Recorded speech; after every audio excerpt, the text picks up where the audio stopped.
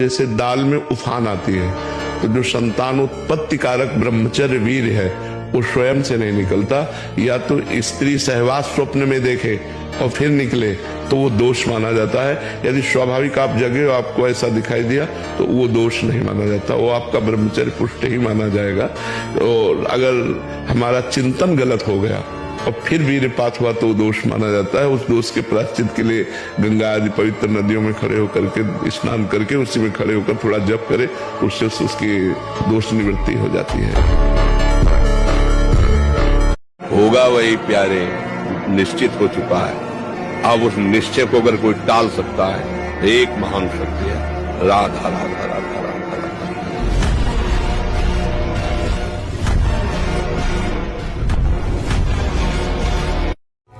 आजकल के बच्चे नौजवान इसको मनोरंजन समझते हैं और उनको सलाह भी ऐसे मिलती है कि हम जैसे बोल रहे हैं ब्रह्मचर्य के लिए, तो डॉक्टर और आपको कोई इधर सांसारिक प्रोत्साहन देने वाले वो आपको सलाह देंगे ब्रह्मचर्य का नाश, वीर का नाश, जीवन का नाश है। ब्रह्मचर्य अगर सही है, आपने किसी तरह इधर उधर, तो ये प्रश्न ही नहीं रहेगा। जिधर दृष्टि डालोगे उधर जय होती चली जाएगी। कुछ ऐसे भी व्यायाम करते हैं, ये कोई व्यायाम पैर से बहुत, ये कोई व्यायाम का मतलब पसीना निकले शरीर से, आपके शरीर को पसीना। 1-2 किलोमीटर दौड़िए। अच्छा, बाहर दौड़ने के लिए तो जगह जगह ऐसी सुविधाएं आजकल हो गई हो, रेडीमेड, हाँ उसमें, और ऐसे कुछ साधन है जिनसे करिए। ये भजन है।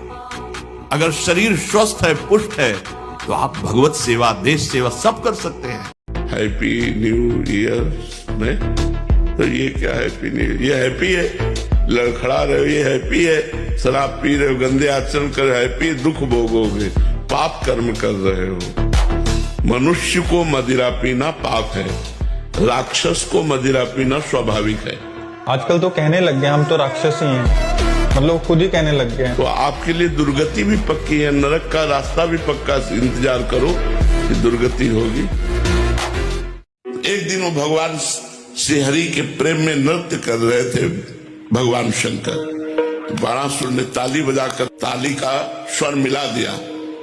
भगवान शिव बहुत प्रसन्न हुए कि मैं तुम्हारी आराधना, तुम्हारी सेवा से प्रसन्न हूं, तुम्हें 1000 भुजाएं प्रदान करता हूं। अब 2 भुजा वाला बाणासुर 1000 भुजा वाला बन गया। पर्वतों में जाकर ऐसे मारता अपने भुजाओं की खुजली के लिए, तो पर्वत फट जाते। दिग्गजों को ललकारता, कोई भी हमसे युद्ध करे, तो सब डरते थे भगवान शंकर के कारण, किसी ने इससे युद्ध नहीं किया। तो देखो अहंकार, ये लौट कर गया और बोला जगत गुरु। भगवान शंकर ने देखा कि समय भाषा बदल गई इसकी। बोले गुरु, इस समय हमारी भुजाओं में खुजली हो रही, कोई मिटाने वाला जगत में नहीं है, आओ। भगवान शंकर ने कहा तुम्हारी बुद्धि खराब हो गई। गुरु को ललकार दिया कि आओ हमसे जोर कसो, हमारी भुजाओं की खुजली मिटाओ।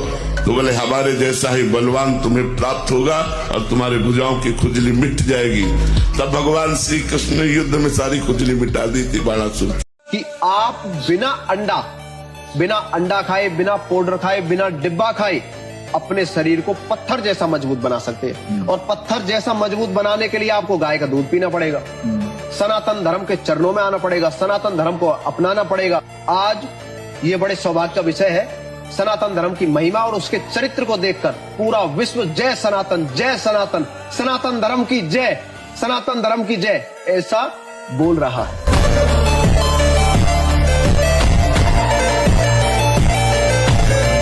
आप जिन क्रियाओं से अपने ब्रह्मचर्य का नाश करते हैं, उसी ब्रह्मचर्य से संतान उत्पन्न होती है। तो उसमें परमाणु है ना, वही जीवाणु है ना, जो आप बहुत ही बुरी तरह से उसका नाश कर रहे हैं, तो आप पापाचरण कर रहे हैं। आप ऐसा न समझे कि आपके द्वारा एक क्रिया हो रही तो केवल शरीर की ही हानि हो रही, आपका सर्वस्व नाश हो रहा है, अंतःकरण मलिन हो रहा है, गलत संस्कार पुष्ट हो रहे हैं और पाप का ढेर जमा हो रहा है। आपका अंतःकरण ऐसा मलिन होता चला जाएगा कि एक दिन आपको अंतःकरण से उपदेश मिलने लगेगा कि ऐसे शरीर का त्याग कर दो, किस काम का।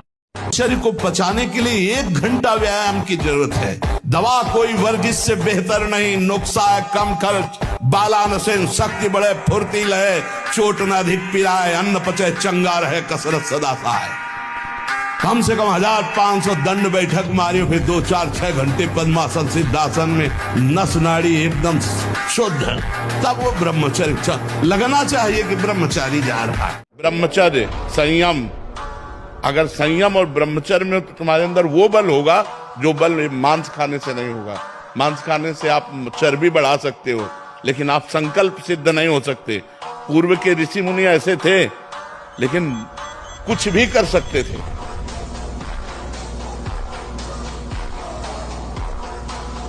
आज तुम कमा रहे हो, 4 के काम आ रहे हो, और कल जब पड़े रहोगे तो वही 4 तुम्हारी तरफ देखेंगे, में नहीं, तुम्हारी गली में नहीं आएंगे कि कहीं बुला न ले, वो कहीं वो बुला न ले। बड़ा स्वार्थी संसार है, इसलिए भजन करो, पाप कर्म को छोड़ दो, मनमानी मत करो कि हम राक्षस ही हैं, नहीं तो वो दंड भोगने को मिलेगा जो तुम सोच भी नहीं रहे हो। अनेक योनियों में अनेक प्रकार से दंड भोगना पड़ता, कोई मनुष्य योनि थोड़ी है। 83,99,999 योनियां और हैं जिनमें हमें दंड भोगना पड़ता है। महाराज जी, जो चीज पसंद हो और वो भाग्य में ना हो तो वो कैसे मिलेगी? भाग्य का परिवर्तन कर सकता हूँ? हाँ, कर सकते हैं, वो चीज मिल जाएगी। अभी आप व्रत उपवास करते हुए नाम जप करें और जो चाहे वो कर सकते हैं, जो चाहे कर सकते हैं। ब्रह्मा का पद प्राप्त कर सकते हैं, भगवान को प्राप्त कर सकते हैं, तो और क्या रह गया? संसार के छोटे मोटे पद वस्तु की तो बात जाने दो। हम मनुष्य शरीर में आए हुए हैं तो हम पशुओं की तरह केवल प्रारब्ध भोगने नहीं आए, हम अपने नए भाग्य का निर्माण करने आए, और नए भाग्य का निर्माण तपस्या और भजन से होता है। दोस्तों, क्या आप जानते हैं कि आपकी वाणी में सृष्टि रचने की शक्ति है, पर यह शक्ति शब्दों से नहीं, मौन से जन्म लेती है। शास्त्रों के अनुसार वाणी के 4 स्तर हैं। वैखरी, जो हम बोलते हैं, मध्यमा, जो हम सोचते हैं, पश्यंती, जो हम देखते हैं, और परा, परम शून्य। जब हम व्यर्थ की बातों में अपनी ऊर्जा नष्ट करना बंद कर देते हैं तो हमारी चेतना गहराई की ओर उतरती है। इसे ही कहते हैं वाक सिद्धि। जब भीतर का शोर थम जाता है तो आपके कहे शब्द सत्य में बदलने लगते हैं। तो कम बोलें, सार्थक बोलें, अपनी वाणी को सिद्ध करें। भोजन के पहले अच्छे से हाथ धो, मुंह में कुल्ला करो, और लघु शंका लगी हो तो लघु शंका जाओ। भोजन के पहले पवित्र हो। भोजन पाते समय नाम चलना चाहिए या पद चलना चाहिए, या अच्छे कोई संत महापुरुषों के जो चरित्र हैं उनका चिंतन करना चाहिए। खड़े भोजन नहीं पाना चाहिए, लेटे भोजन नहीं पाना चाहिए, चलते हुए नहीं पाना चाहिए। ब्रह्मचारी को बाल भोग नहीं करना चाहिए। बाल भोग पच नहीं पाया, राज भोग डाल लिया, वो पच नहीं पाया, तो आप बीमार हो जाओगे, कब्ज हो जाएगी, गैस बनेगी, आपका भजन में मन नहीं लगेगा, तो फिर वही प्रमाद की स्थिति आएगी। भगवान, आपकी तरह अखंड ब्रह्मचर्य का पालन कैसे किया जाए? कृपया करके मुझे वो नियम बताएं। पहला, ब्रह्म मुहूर्त में जगना। तांबे के पात्र में 1 लीटर जल रख ले, रात भर रखा रहा, उसे पीजिए, तो वो बहुत आपको उसमें ब्रह्मचर्य में। और इसके बाद थोड़ा टहलिए, वज्रासन में बैठ के, फिर शौच जाइए, फिर स्नान कीजिए, जरूरी, और फिर आधा घंटा व्यायाम कीजिए, कठोर व्यायाम, जैसे दंड बैठक, ऐसे। फिर आधा घंटा आसन कीजिए जो योगी का आसन है। फिर अपनी दिनचर्या में उतर जाए। विद्यार्थपान, विशेष खट्टी चीज, कोई नशे वाली चीज या बहुत अधिक मीठा या बादी चीजें, ये ब्रह्मचर्य को नष्ट कर देती हैं। सावधानी, कब्ज न बनने पावे, कब्ज बने तो मृदु उपचार से उसको हटावे। और पुष्टता, जिसे बल कहते हैं, वो तुम्हारे वीर्य में होती है। जिसको तुम खिलवाड़ समझते हो वो खिलवाड़ नहीं, तुम्हारी जीवनी शक्ति है। यदि संयम से, ब्रह्मचर्य से रहो तो ना उतनी घी में ताकत है, ना दूध में ताकत है। प्रश्न ही नहीं है ना। अब हमें कुछ पाना नहीं है और कुछ जानना नहीं है। साध्यम राधा, साधनम यस्य राधा।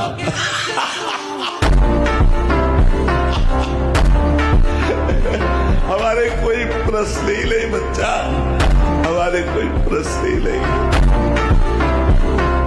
तपस्या में इतनी सामर्थ्य है कि ना चाहते हुए भी ईश्वर को देना पड़ेगा, ईश्वर को देना पड़ेगा। हिरण्यकश्यप ने घोर तपस्या की, भगवान ब्रह्मा जी प्रकट हुए, उसने कहा मुझे अमरत्व दीजिए, हमको अमृत तो नहीं दे सकते। बोले मुझे चाहिए। बोले अमृत तो नहीं दे सकते तुम्हें। तो बोले फिर ये वरदान दो, मैं दिन में न मरूं, रात में न मरूं, मैं तुम्हारी बनाई हुई सृष्टि की किसी व्यक्ति, वस्तु, अस्त्र शस्त्र किसी से न मरूं, बाहर न मरूं, भीतर न मरूं, ऊपर न मरूं, नीचे न मरूं। उसको जितना समझ में आया सब मांग लिया। अमरत्व की परिभाषा केवल बदल दी। ब्रह्मा जी को देना पड़ा तथास्तु। क्यों देना पड़ा? क्योंकि उसके पास तप है। अब उसने जो आतंक मचाया, भगवान ने ऐसा रूप धारण किया, न नर न सिंह, नरसिंह, न दिन न रात, संध्या, न बाहर न भीतर, डेहरी में पहाड़ के टेक दिया भगवान। तो तप में इतनी बड़ी ताकत है कि ना चाहते हुए भी भगवान को देना पड़ेगा। दोस्तों, आज समाज में दो तरह के पुरुष हैं। पहले वो जिनकी ऊर्जा, जिनका वीर्य निरंतर नीचे की ओर बह रहा है। ऐसे व्यक्ति की चेतना इतनी गिर जाती है कि उसे नारी में केवल मांस और भोग दिखाई देता है। वह स्त्री को केवल अपनी वासना शांत करने का एक साधन मात्र समझता है। शास्त्रों में इसे पशु वृत्ति कहा गया है। जब आप किसी को भोग की नजर से देखते हैं तो आपकी ऊर्जा आपकी आंखों के रास्ते बहकर नष्ट हो जाती है। यह क्षणिक सुख आपको भीतर से खोखला और कमजोर बना देता है। लेकिन दूसरी ओर वो पुरुष हैं जो ऊर्ध्वरेता हैं, जिन्होंने अपने वीर्य को तप से जलाकर ओजस बना लिया है। जब एक सच्चा ब्रह्मचारी किसी नारी को देखता है तो उसे वहाँ शरीर नहीं बल्कि साक्षात शक्ति का रूप दिखाई देता है। उसके लिए हर स्त्री, चाहे वह किसी भी रूप में हो, आदरणीय है, पूजनीय है। हमारे शास्त्रों में कहा गया है, मातृवत परदारेषु, अर्थात पराई स्त्री को माता के समान देखना। जब आप वासना से देखते हैं तो वीर्य का क्षय होता है, लेकिन जब आप पवित्रता और शक्ति के भाव से देखते हैं तो वही वीर्य आपके मस्तिष्क में चढ़कर आपको तेजस्वी बनाता है। ये स्त्री संबंधी, पुरुष संबंधी, भोग संबंधी वार्ता हमारे अंदर संस्कार डालती है और हम समझ नहीं पाते। वो हमारे अंदर ऐसी अग्नि पैदा करती है जिससे वीर शक्ति स्खलित हो जाती है। कभी हम सोच में बैठे लघु शंका में तो सबसे पहले वीर स्खलित हो गया। अब आपको लगेगा कि ये रोग है। रोग नहीं, आपकी गलती है। आपने जो गलत चिंतन किया, क्रिया नहीं की, लेकिन मनोवाह नाड़ी ने संपूर्ण शरीर से वीर को खींच करके वो निकाल दिया। अब निकल जाएगा वो आपकी असावधानी के समय। कहीं कोई गुंजाइश नहीं। जैसे अग्नि के ऊपर चला जाए तो कैसे चला जाएगा? एकदम पैर ऐसे ये अवस्था किशोर अवस्था है। ब्रह्मचर्य पूर्ण उछलता हुआ तेज, कैसा भी कोई हो, किशोर अवस्था बड़ी सुंदर अवस्था होती है। प्रकाश आता है, पहले ढांढस बंधवाता है, विश्वास दिलाता है, नहीं ऐसा नहीं होगा, मैं ऐसा नहीं करने दूंगा, बस तुम छू लो, तुम देख लो, बस तुम संग बैठ लो, तुम ऐसा। वो फिर धीरे से आपको, फिर आप पछताएंगे कि ऐसा क्यों हो गया।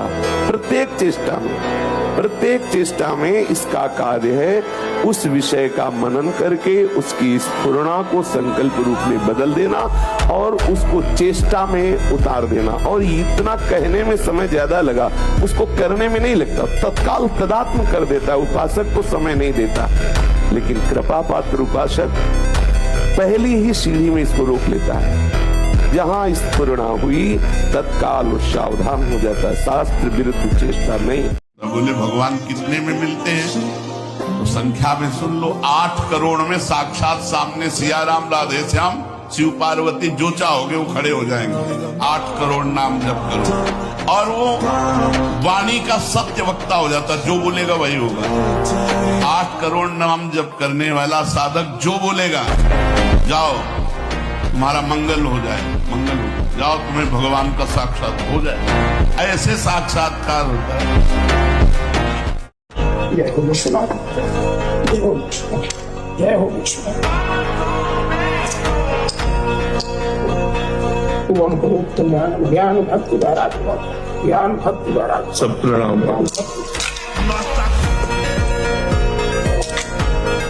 नारायण नारायण। वैकुंठ से ज्यादा मजबूत स्थिति, इससे ज्यादा कुछ हो नहीं। मजबूत स्थिति में होगी। अगर हमारा वीर्य ब्रह्मचर्य ठीक है तो मन शांत और एकाग्र रहेगा और प्राण बलवान और सूक्ष्म रहेगा। अगर वीर्य कमजोर हो गया तो मन चंचल अशांत और प्राण स्थूल और बलहीन हो जाएंगे। स्थूल, सूक्ष्म नहीं होंगे। देखो ठाकुर हरिदास जी का जवान शरीर है, 3 लाख नाम रोज जप करते थे। हरे कृष्ण कृष्ण कृष्ण हरे हरे, हरे राम राम राम हरे हरे। ऐसे 3 लाख नाम जप करते थे। तो एक धनी मानी पुरुष वहां से निकला, ठाकुर हरिदास जी का चेहरा चमक रहा था भजन के प्रताप से। कहा तुम इसको भ्रष्ट कर सकती हो, वैश्या संघ में थी। तो उसने कहा इसको तो देर नहीं लगेगी। उनका तुम भ्रष्ट करो, जितना तुम रुपया कहोगे उतना देंगी। वो श्रृंगार करके उनके पास एकांत कुटिया जंगल में बैठ गए। अब उनसे बात करना चाहती, वो बार बार कहते हरे कृष्ण कृष्ण कृष्ण हरे। एक दिन पूरा निकल गया, दूसरे दिन फिर श्रृंगार करके आई, वो भी दिन निकल गया। तीसरे दिन फिर 3 लाख नाम जप करना। वो यही कहते जब हमारा नाम जब पूरा हो जाएगा तब आपसे बात करेंगे। अब 3 लाख नाम जप करना और जोर जोर से हरे कृष्ण कृष्ण कृष्ण। 3 दिन नाम कीर्तन सुनने के बाद उसको लगा मैं कितनी नीच हूँ, ऐसे पवित्र आत्मा के प्रति ऐसी गंदी दृष्टि रखती हूँ। चरणों में लौट गए। जब लौट गए तब उन्होंने बंद किया। हाँ, तो उनका प्रभु मैं बहुत पापिनी हूँ, मैं वैश्या हूँ, मैं बहुत नीच हूँ। तो बोले कोई नहीं बात, भगवान कृष्ण सबका कल्याण कर देते हैं। हमारा कल्याण कैसे होगा? आई थी भ्रष्ट करने, बोले हमारा कल्याण कैसे होगा? बोले कृष्ण कृष्ण जपो, हरे कृष्ण जपो। वो वहीं कुटिया में बैठ करके भगवान नाम करने लगे। उस कुटिया को भी छोड़ दिया उन्होंने और कुछ नहीं दिया। असफलता हमें विजय की तरफ बढ़ाती है। हमको निराश नहीं होना चाहिए, हमें देखना चाहिए कि मैं किस कारण से असफल हो गया और पुनः प्रयास करना चाहिए। सावधान, आप लोग दुर्भाग्य का निमंत्रण मत दें। ये दुर्भाग्य है, ऐसा दुर्भाग्य है कि आपकी दिनचर्या ही नहीं हो सकती। कभी भी व्यभिचारी की एक जैसी दिनचर्या बहुत काल तक नहीं हो सकती। 2-4 दिन प्रयास करेगा, गिर जाएगा। ब्रह्मचर्य कभी भी दिनचर्या में फर्क नहीं पड़ने देगा, चाहे जैसी स्थिति हो। चाहे शरीर नहीं उठ पा रहा तो उसका चिंतन भागवती होने लगेगा। जो मेरा नाम जप करता है, मेरी शरण में है, उसका काल भी कुछ नहीं बिगाड़ सकता। ये मेरा व्रत है।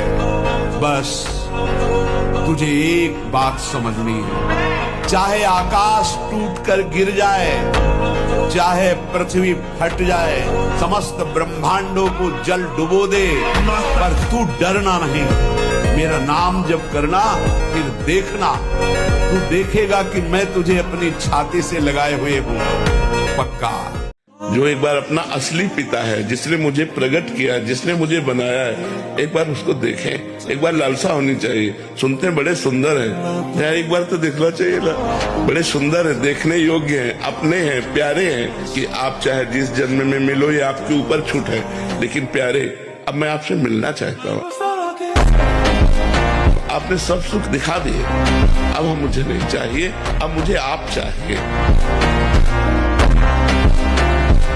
धमकी किसी भी तरह की नहीं डरना, कोई बाल बांका नहीं कर सकता। धर्म से चलने वाले का कोई बाल बांका नहीं कर सकता।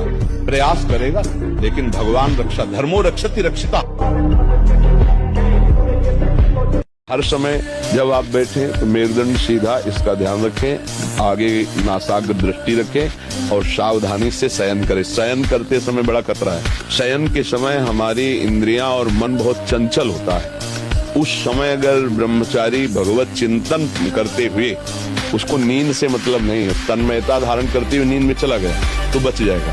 अगर कहीं उस समय वो छूट दे दी, पास में मोबाइल है, तो कभी ब्रह्मचर्य नहीं। बलवान बनो, तुम दूसरों के आगे घुटने टेकने की जगह दूसरों को घुटने टेकवाओ। इतने भजन करो, इतना तप करो, इतने नियम में रहो, दूसरा तुम्हारे सामने झुके, तुम्हें झुकने की जरूरत न पड़े। शास्त्रीय सिद्धांत से 25 वर्ष तक यदि ब्रह्मचारी रहे और फिर वो गृहस्थी में चला जाए और 20-25 वर्ष गृहस्थ में, तो वो बहुत अच्छा गृहस्थ। और 25 वर्ष का ब्रह्मचारी जब संतान उत्पन्न करेगा तो बलिष्ठ और ज्ञानी और सर्वांग पुष्ट संतानें होंगी। किसी जीव की हत्या से कभी परमात्मा प्रसन्न नहीं होता। वो जगत जननी है, जगदम्बा है, अन्नपूर्णा है, विश्व का भरण पोषण करने वाली कि देवी खून पीती उनका जो जगत में हाहाकार मचा करके सीधे सरल लोगों की हत्या करते हैं, उनका खून पीती। अपने ही पुत्र को इसलिए मार रही कि तू लाखों के नाश करता, इसलिए तेरा नाश करूंगी। तो यद्यपि माँ जगत जननी ये छोटे छोटे बकरे पशुओं की हत्या से माँ प्रसन्न होने वाली नहीं। ये दुष्ट लोग हैं, ये मूर्ख लोग हैं जो इस बात को नहीं समझते हैं। अपनी दुष्टता को काबू में करो। हनुमान जी महाराज रावण से बोले कि तेरे पास सब कुछ है, जिनके द्वारा तुझे सब कुछ मिला है उन्हीं की पत्नी का अपहरण करके तू सुख चाहता है। हजारों शंकर, हजारों विष्णु मिल जाएं तो भी तुझे भगवान राम से द्रोह करने के कारण तेरी रक्षा नहीं कर पाएंगे। बंदर उसकी खोपड़ी पे पैर मारते हैं। ये हाल देखकर मंदोदरी कहती है, जिस समय तू चलता था मैंने देखा है, दिशाओं के दिग्गज कांपते थे। आज वही रावण तेरी खोपड़ियों को बंदर लात मार रहे हैं। ये हालत भगवान से विमुख होने के कारण हुई। में मन लगाओ। हम पास क्यों नहीं होंगे? मेहनत किया भाई, क्यों नहीं पास होंगे? ऐसा कोई प्रश्न नहीं आता जो हमारे सब्जेक्ट से बाहर हो। आप विचार करो, हमने अपने सब्जेक्ट की तैयारी क्यों नहीं की? मस्तिष्क में बिजली की तरह इसका प्रभाव पड़ता है ब्रह्मचर्य नाश का।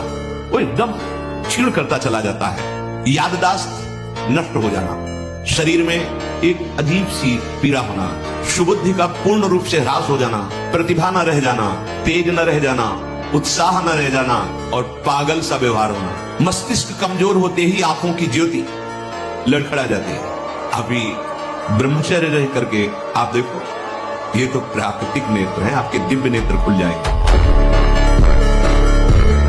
दोस्तों, आपके वीर्य की दिशा ही निर्धारित करती है कि आप उच्च लोक को जाएंगे या नर्क जाएंगे। तो आइए जानते हैं कैसे। पहली दिशा है ऊर्ध्व दिशा, अर्थात ऊपर की ओर। जब पुरुष अपने वीर्य का संरक्षण करता है और उसे लंबे समय तक व्यर्थ नहीं करता, तो वह शक्ति मस्तिष्क की ओर प्रवाहित होती है। यह वही ऊर्जा है जो तप, तेज और ज्ञान में परिवर्तित होती है। ऐसे पुरुषों को शास्त्रों में कहा गया है ऊर्ध्वरेता। इनकी गति सदैव उच्च लोकों की ओर होती है। दूसरी दिशा है मध्य दिशा, यानी वंश वृद्धि की दिशा। जब मनुष्य अपने वीर्य का उपयोग धर्म मर्यादा में रहकर अपनी पत्नी के साथ संतान उत्पत्ति के लिए करता है, तो वह मध्य गति कहलाती है। ऐसे गृहस्थ न केवल स्वयं का कल्याण करते हैं, बल्कि अपने कुल की उन्नति और उच्च लोक की प्राप्ति भी करवाते हैं। और तीसरी है अधो दिशा, यानी नीचे की ओर गति। जब मनुष्य न तो वीर्य का संरक्षण करता है, न ही उसे धर्मयुक्त कार्यों में लगाता है, बल्कि केवल क्षणिक सुख के लिए उसे व्यर्थ करता है, तो यह अधोगति है। शास्त्रों में कहा गया है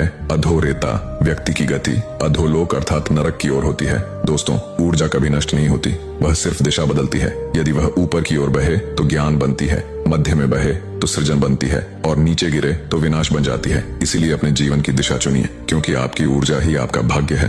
अतः 4 बजे बिल्कुल जग जाना चाहिए, और जो 8-10 बजे तक सोता है वो कोई भी वो ब्रह्मचारी रह ही नहीं सकता, ब्रह्मचर्य रह ही नहीं सकता। वो स्वप्न दोष का शिकार होगा, वो नाना प्रकार की कुचेष्टाओं का शिकार होगा, पक्का। क्योंकि बुद्धि को सत्य प्रकाश की तरफ प्रेरित करने वाले भगवान भुवन भास्कर हैं। वो पधार रहे हो, आप सो रहे हो सैया पे, आपकी आयु, श्री, कीर्ति, बल सब नष्ट होगा। चार शुद्ध होगा तो सच्चा ब्रह्मचर्य है हर इंद्री का। वाणी का ब्रह्मचर्य व्यर्थ का बकवास नहीं, भगवत चिंतन, हितकर मधुकर वाणी।